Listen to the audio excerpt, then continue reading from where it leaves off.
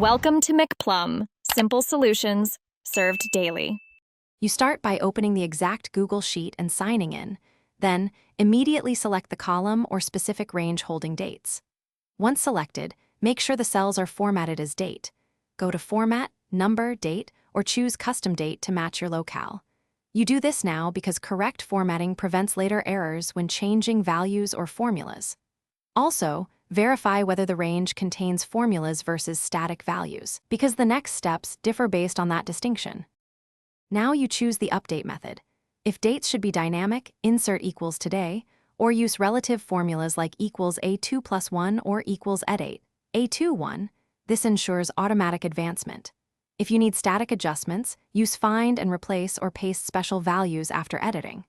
For repetitive or conditional changes, run a short app script to loop through cells and set new dates.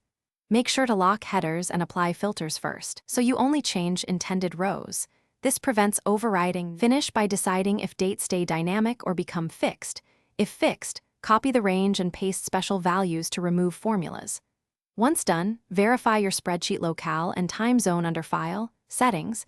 Mismatches can shift displayed dates. Make sure to scan for stray text, hidden characters, or broken cell references that cause errors. If something goes wrong, undo right away, then inspect formatting and formula ranges. These two areas resolve most problems quickly and safely. Thanks for watching. Stay juicy and subscribe.